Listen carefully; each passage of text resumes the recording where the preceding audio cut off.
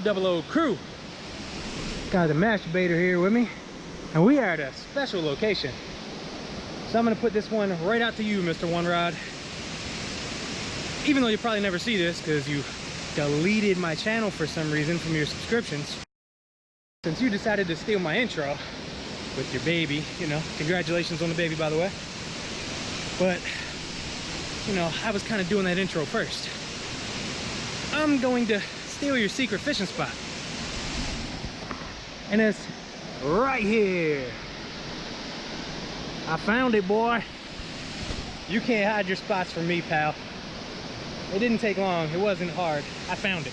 Anyway, all joking and kidding aside, me and Alec are gonna get in here and slay some of them giant smallmouth that were down in here. And yeah, let's see how it goes. And don't worry, your secret is safe with me. I'm not gonna disclose the location. Your secret is safe with me. Let's get to fishing. All right, first cast, I'm gonna try to jerk bait. If it's anything like One Rod's 2 videos, live bait's probably gonna be the best way to go. And luckily we brought some live bait. So if these lures don't work out after a while, we're just gonna switch over to the live bait and hopefully destroy some fish. It's always nice knowing that there's fish in a spot, also knowing what kind they are. You can fish it with so much confidence. Honestly, this is the cleanest water that I've ever seen in Maryland. Man, we might have to do some snorkeling. This is really, really clean water. It's a beautiful dam. The structure of it, the architecture of it is really pretty. Man, this is insane. This is like nothing I've ever done. I've never seen water anywhere in my life, I don't think, clearer than this. This is the clearest water I've ever seen. This is nuts. I don't feel like I'm in Maryland. I feel like I'm on vacation somewhere. All right, guys, while the sun is super high, we're gonna snorkel this. This is just too good to pass up. It's super warm. I mean, it's really, really warm water. Crystal beautiful clear. Sun's high, clear right now. We're gonna take this opportunity to snorkel while the conditions aren't the best for fishing. And then later on, when it gets a little more cloudy or close to the evening, we're gonna fish and do that. So we're gonna see what we can see and also give us a better idea of how to fish this effectively when we can really see the underneath. All right, well, as we were about to wrap up and snorkel, Alec got the first smallmouth.